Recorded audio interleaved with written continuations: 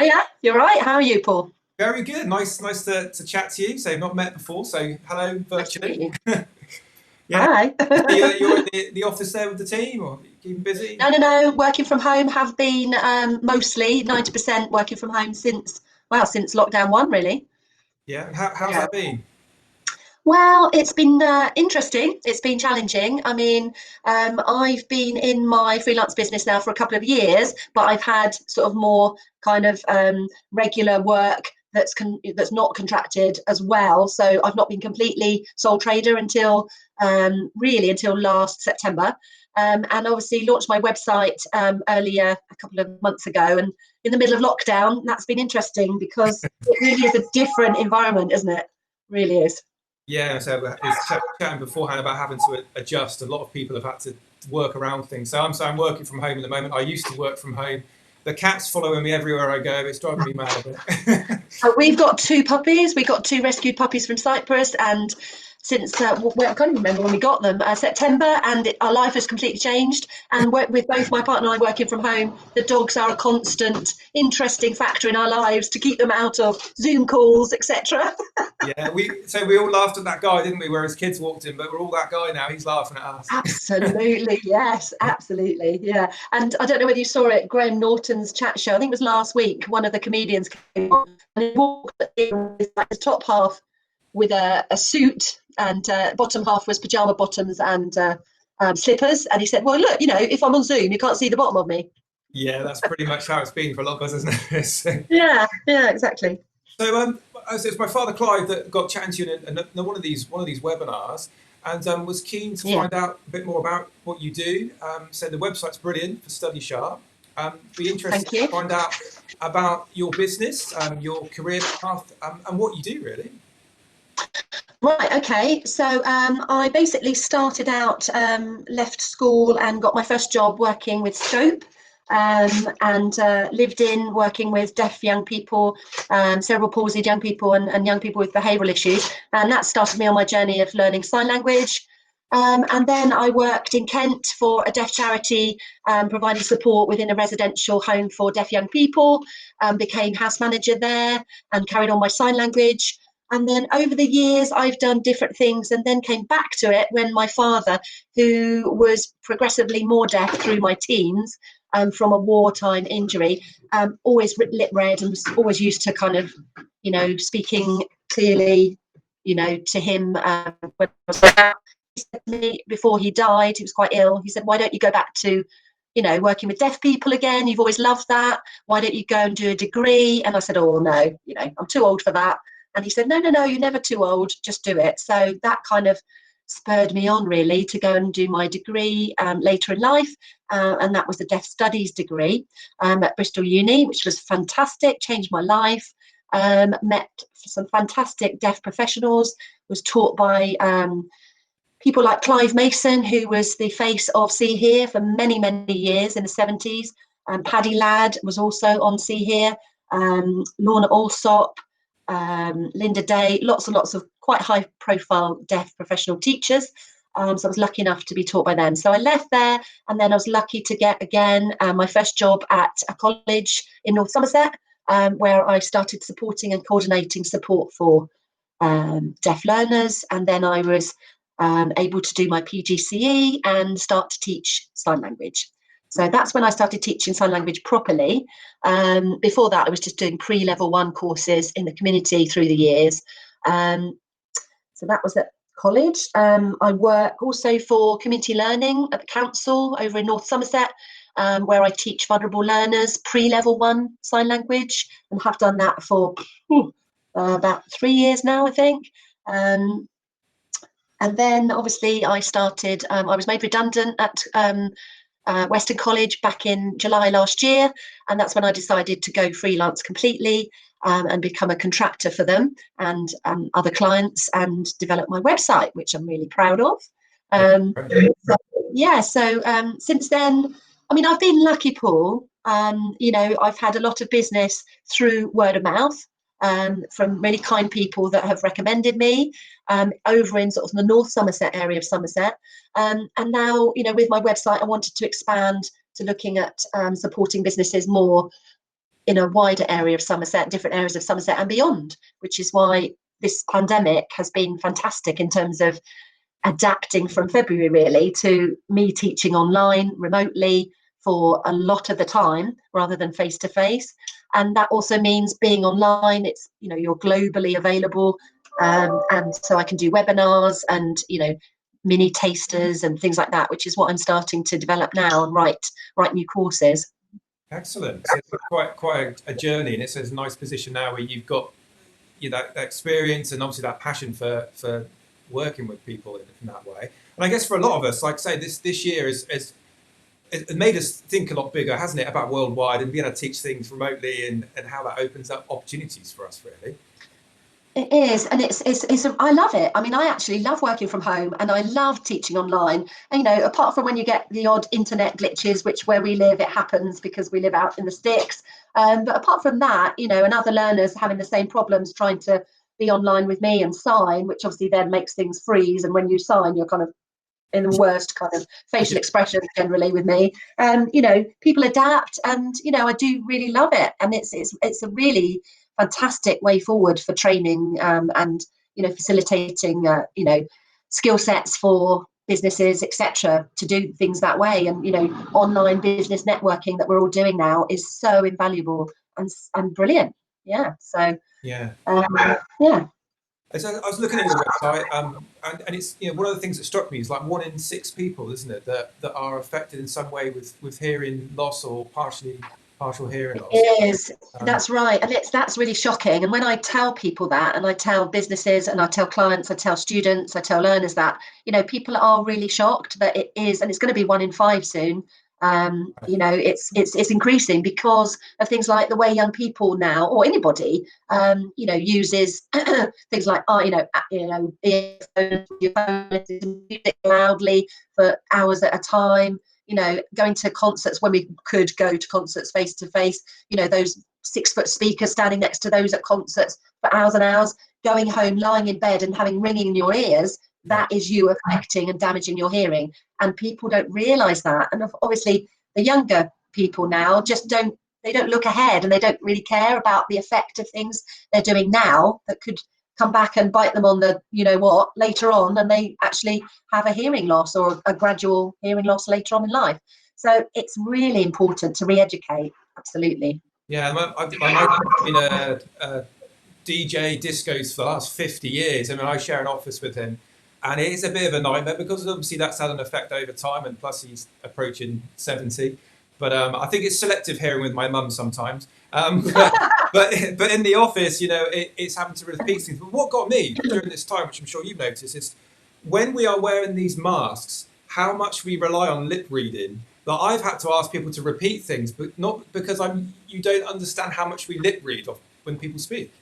Yeah, and there is a massive push at the moment within the deaf community, not only for the Interpreter Now campaign, which is to campaigning to get interpreters next to Boris in governmental announcements. That's a massive push in the deaf community at the moment, but also face masks. Clear face masks are a must. I've got some, you know, with a little clear panel here that I got from a friend of mine, but also, you know, it's just like you say, it's so important, and everybody's masking up. So you imagine those people that lip read, which are many, they're just absolutely disadvantaged, really. And it really is disabling. And although a lot of the deaf community don't see them as disabled, they see themselves as disabled by society. This is another aspect of that, isn't it? That we have to wear face masks now, but, you know, let's think about changing the mindset and have clear face masks so that anybody you meet, if we don't know if they lip read or not, or they're deaf or not, then at least we've given them a chance to be able to lip read us. Yeah. So a lot of what you do is working with businesses in terms of employing more people with hearing disabilities, that they're able to be an integral part of the team, giving the people the tools to to be able to do that. Is that right? It's about inclusion. It's about re-educating. It's about dispelling myths about employing deaf people, about how the best way to interact with deaf employees, deaf colleagues, about the adjustments that you might need to think about. It's dispelling those myths that companies have about, oh, if I put out recruitment to a deaf potential what's the word? Job applicant that may have a hearing loss, is it going to cost us a lot of money? But it's dispelling those myths and saying, well, actually, no, because deaf employees can actually apply for access to work, for extra funding to help them with those adjustments, that equipment, or those minor things they might need to help them do their job better within that work environment. So often, it isn't going to cost the organisation an awful lot, and that's something that a lot of people have misconceptions over. So yeah, it's about that. It's also, just teaching organisations about, the fundamentals of deaf awareness, which is things like what it's like to lip read. So we were just talking about that. Yeah. How debilitating is it if you can't, if a deaf person can't lip read, and actually teaching people the experience of lip reading, even though they may not lip read themselves, so they get that idea of the frustrations behind it for deaf people. Talking about how you gain the attention of a deaf person appropriately. There's lots of etiquette around that lots of hearing people don't know about. I also teach about the differences in our cultures, so the difference between hearing culture and deaf culture. There are different social norms and values within the deaf community that lots of us hearing people really don't know much about. And the more forewarned we are, the more forearmed we are in terms of when we employ a deaf person, when we work with them, when we engage with them in a business meeting. What are the expectations? What would they need? What do they expect of that organisation that they work for? And how do we make things accessible and inclusive for them? Yeah, absolutely. I'm just looking back at my own experience. Say 20 years ago, I was at university, and we had a girl in our class that was profoundly deaf. And for us, it was like, well, we very much, didn't want. It was, again, the etiquette of how to do things. We learned how to approach and not to sort of go up and tap on the shoulder or whatever, just sort of scare her to death. Yeah, absolutely. It's not rocket science, is it? No. It's just common sense. But it's that's why the training is so important. That we talk about things that people just haven't really thought about, or they've assumed things, that perhaps are incorrect, ideals or ideas about it. So yeah, it's really good. And the training I have done with past clients has been really successful. And the feedback I've had and testimonials I've had are positive, because it does change the mindset. It just change how staff and managers think about those things, which is my aim, really. That's my my facade, if you like. Yeah, and but then again, like all of us, I've got fingers in many pies. So I don't just deal with deaf awareness training and sign language teaching. I'm also looking into ways of supporting, like you've just mentioned, a profoundly deaf or deaf, hard of hearing undergraduates, supporting those students. So I'm working with Senclude Limited at the moment, which is a really good organisation that support visual impaired and deaf blind students with different services. I'm working with them at the moment, supporting VI and deaf blind undergraduates. I'm negotiating writing an accredited course with them for deaf and hard of hearing undergraduates at the moment. So that's really exciting. So yeah, there's lots of different pies I've got my fingers in. Yeah. Always busy. As I say, I was just thinking about the sign language. So the girl that was in our class, there was another girl that was profoundly deaf in another class, but we all wanted to feel that she was part. We go on nights out all the time, as of course you do at university. But we actually used to have sign language lessons that we did once a week, and it was amazing how quick we picked it up. One of my friends in the class actually lived with a girl. She ended up moving out from home to feeling comfortable to live with other people for the first time, and it was amazing how quickly picked up the sign language back then. And so my mum was worked for MenCat for many years and worked in different retirement homes and things like that. So my mum was very quick on picking up this. And like you say, it's learning those things that can make it more inclusive, isn't it? Yes, and I mean, sign language is really good fun. You know, it's a beautiful language. It's very visual. But once you get the fundamentals of how you translate and how you put the language together when you are translating from English to sign language, once you've got that, and the way I teach it is you think about, you know, how does a toddler speak? A toddler just gets to the point. You know, drink me. You know, not I would like a drink, mum. It's drink me now, isn't it? And that's the way you translate in sign language. You have the topic first and then what you're going to say about it. And once people get that concept in their heads, it becomes much easier to learn from pre-level one, level one. And then from there, once you've done level one, you can go up to level two, level three, and then you can become an interpreter.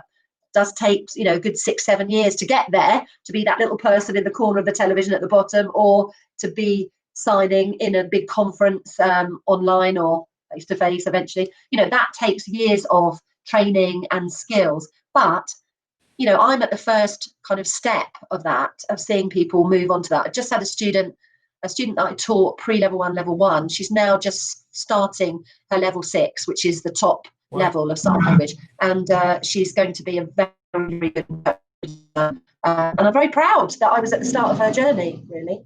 So, yeah. So it's good to learn, definitely. Good to learn, very fun. Yeah, that must be incredibly rewarding to see that, somebody go up the ranks and learn that kind of thing.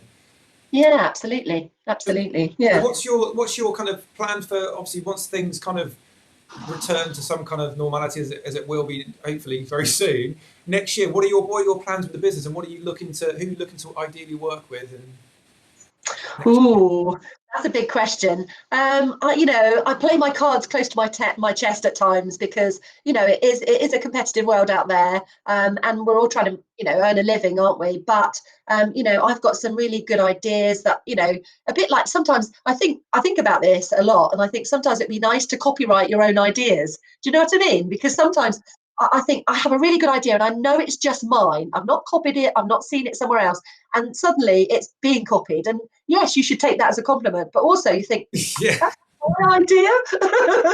You know, so I've got lots of ideas, Paul. But I mean, at the moment, I'm also busy with a couple of big clients. So I'm working with the police at the moment. So I'm working with Avon and Somerset, developing some rolling programs to teach police officers deaf awareness and basic BSL, so that they can, you know, go to an emergency situation and have some basic BSL signs, so they can sign to people, reassure them until either somebody with advanced skills comes along, or an interpreter comes along, or a member of the family, which sadly does happen, that a lot of deaf signers have their family come and interpret between the police and themselves, which isn't right, because it's difficult. You can't just book an interpreter and they come along just like that. They're busy people. But I think, you know, if the police can do some basic signing at that first point of contact, then that's better than nothing at all. Plus deaf awareness, to be aware of, you know, recognizing how deaf people behave and not misinterpreting that,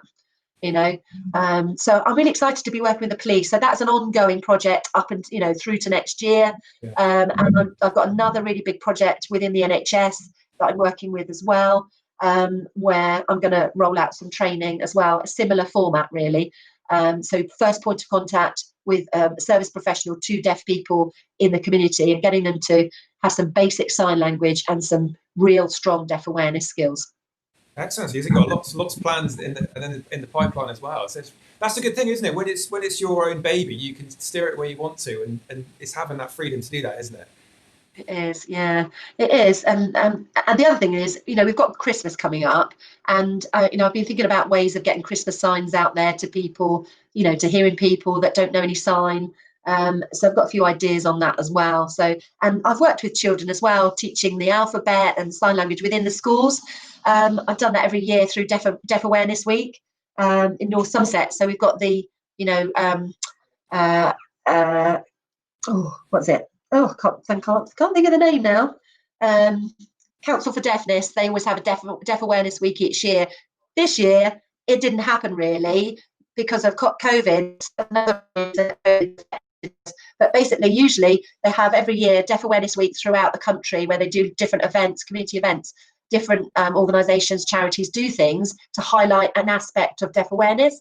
But it didn't happen this year. So But I belong to a steering group that in North Somerset that we organise events in North Somerset every year. So next year we'll be going back to that, and that involves partly me going into the local primary schools and teaching the school children basic signs, and they love it because we have a deaf storyteller comes in and they learn the alphabet A to Z, ABC. They love it, you know. So there's that going on as well for next year.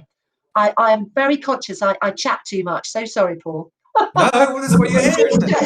Teacher in me, can't help it. No, it's great. I mean, that's what's been good about this series, is being chatting to different people about, and the passion that comes across for what they do, you know, and we're in a nice position, all of us, that we can choose and pick and choose who we work with. And as I said, the networking has been particularly really useful during this year, lockdown, in terms of finding new contacts or learning new skills, opportunities to do things. And I know for the network group that we run, I've kind of say normally they're all meet up events. Really looking forward to doing them again next year. And but yeah, that would be good. And also thanks to you and your father, I've met Becky. Well, not met her in person, but I've met Becky Smith from New Leaf, and she's such a lovely person, businesswoman. I really admire her, and she's given me so much support as a new freelancer, or fairly new. So that's so nice to have that support from different other people that have got small businesses. Yeah, I think that's the thing that's really shone through this year, particularly, I guess, coming up to Christmas now with the independent shops and businesses that are currently shut, and how everybody's just really helped each other really through this year. I think that's the main positive to take from it, is feeling that you're not on your own in there's help out there, and we're all going through this together a bit. It's trying to steer around some of the barriers we've had, and spot the opportunities where you can really. But again, collaboration, we're looking to collaborate a lot more with different people, and if there's anything we can help with the work you're doing to spread the word, please get in touch. Always support what people are up to. So it's really good. I appreciate it. Thank you, Paul. Brilliant. Well, thank you so much for joining me this afternoon. I will share some links to your wonderful, beautiful website and the work that you're doing, and any businesses that want to get in touch, or organisations can get in touch from there with you. That's praise. That's praise indeed from a graphic designer, because you're a graphic designer, aren't you? Yeah. Because my website was by a graphic designer, and so if you think it's good, then I'm really chuffed about that. Brilliant. Well, enjoy the rest of your day, and hopefully meet you in person very soon at one of the networking events once we can again. Look forward. Thank you, Paul. So all the best for the business and the future. Speak to you soon. Thank you very much. All Thank right, you. Bye bye. Perfect.